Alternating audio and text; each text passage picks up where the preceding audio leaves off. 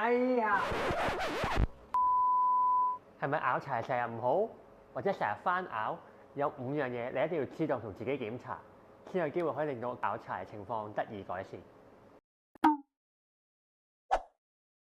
第4咧就要瞓低做，係睇個髖關節嘅活動力，睇下識唔識轉。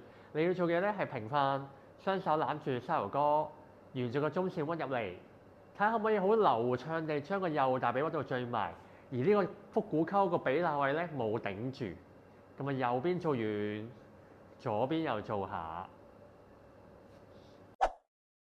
第5就係上半身嘅活動能力，因為上半身活動能力影響咗個重心轉右、翻中間同轉咗嘅幅度。